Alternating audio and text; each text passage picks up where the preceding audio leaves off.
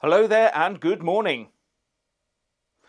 Boris Johnson is set to announce tax rises in direct contravention to his Tory manifesto promises.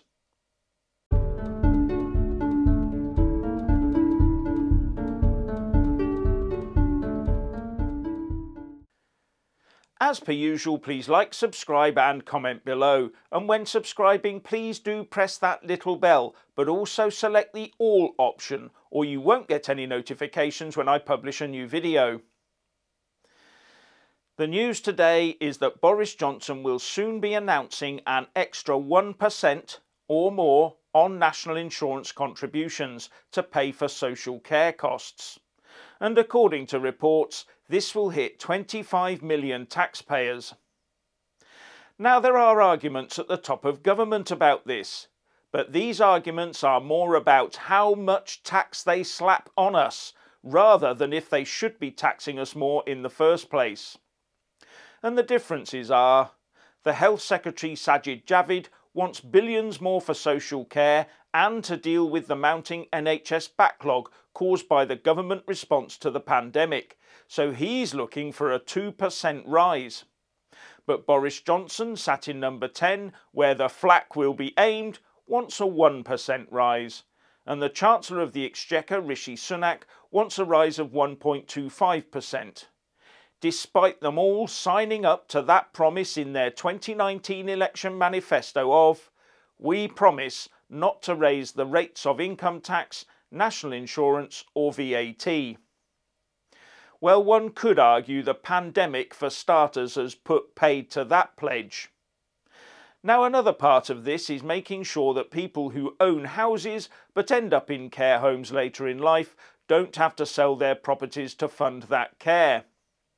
In fact, it appears that the amount an individual will be forced to pay for their elderly care could be capped somewhere between £60,000 and £80,000.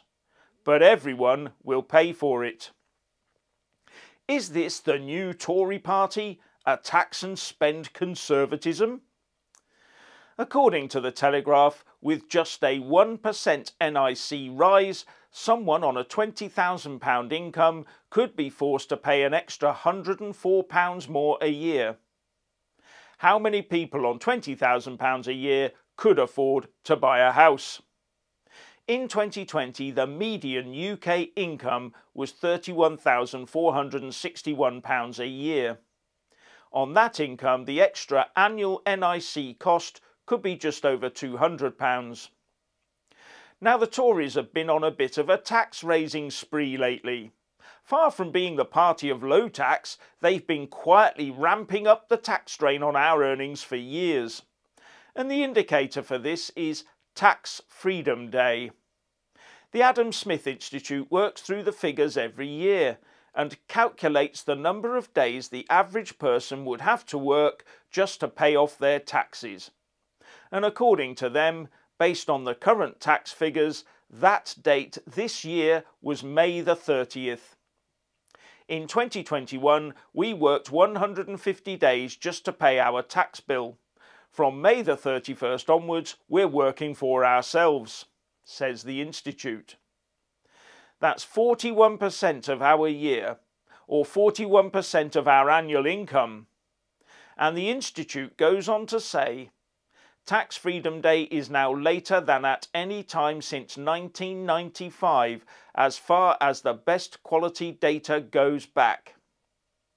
And that period, of course, includes more than a decade of Labour in power. Let that sink in. And these new NI contributions would leap that date well into June. Anyway, the figures I quote assume the full NIC increase will be paid by the employee. But the Tories are a crafty bunch, so they might add some of it, or maybe all of it, onto the proportion of it paid by the employer, not the worker.